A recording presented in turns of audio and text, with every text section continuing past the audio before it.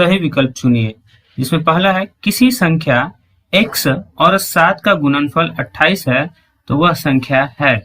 और यहाँ कहा गया है कि x और 7 का गुणनफल, मतलब हुआ कि x में अगर हम 7 से गुना करें तो हमें गुणनफल 28 के रूप में प्राप्त होगा।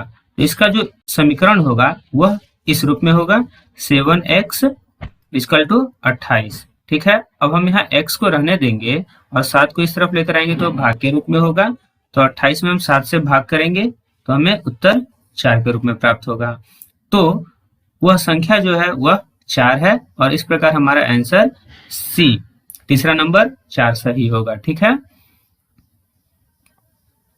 अगला है किसी संख्या x में 5 से भाग देने पर भागफल 7 आता है तो वह संख्या है। अब x में 5 से भाग देने पर मतलब x भागा 5 बराबर 7, भागफल क्या है 7 है। या तो हम इसे लिख सकते हैं x बटा 5 बराबर 7। ठीक, अब देखिए यह भाग के रूप में है, बराबर के जब अपोजिट जाएगा तो यह गुना हो जाएगा, मतलब 7 गुना 5 बराबर 35। तो हमें भाग वह संख्या क्या है 35 है और हमारा विकल्प 3 सही होगा। ठीक है, तीसरा है यदि एक विषम संख्या 2x + 1 है तो दूसरी क्रमागत विषम संख्या होगी।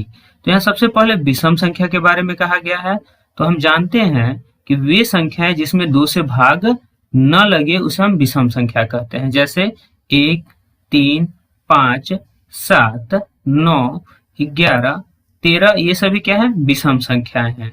ठीक है, अब दूसरा शर्त है कि क्रमागत विषम संख्या। क्रमागत का मतलब होता है क्रम से आना, मतलब जैसे देखिए यह क्रम से है 1, 3, 5, 7, ये सभी विषम संख्या है और क्रम से है। यह कैसे पता चलेगा कि यह क्रम से है? तो इन दोनों के बीच का अंतर हमेशा 2 होता है। ठीक है, देखिए अगर हम 3 से 1 को घटाएंगे तो 2 प्राप्त होगा, 5 से 3 घटाएंगे तो 2 प्राप्त होगा, 7 से 5 घटाएंगे तो भी 2 प्राप्त होगा, 9 से 7 घटाएंगे तो भी 2 प्राप्त होगा। तो जिन विषम संख्याओं में 2 का अंतर होता है वे क्रमागत विषम संख्याएं होती हैं। ठीक है, अब इसमें से कहा गया है कि पहली संख्या 2x + 1 है।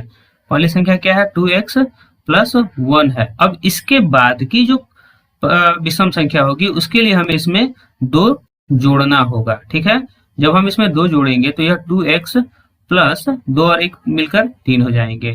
तो 2x + 3 होगा। अगली विषम संख्या जो होगी वह 2x + 3 होगा और इस प्रकार हमारा आंसर विकल्प नंबर 2 2x + 3 होगा।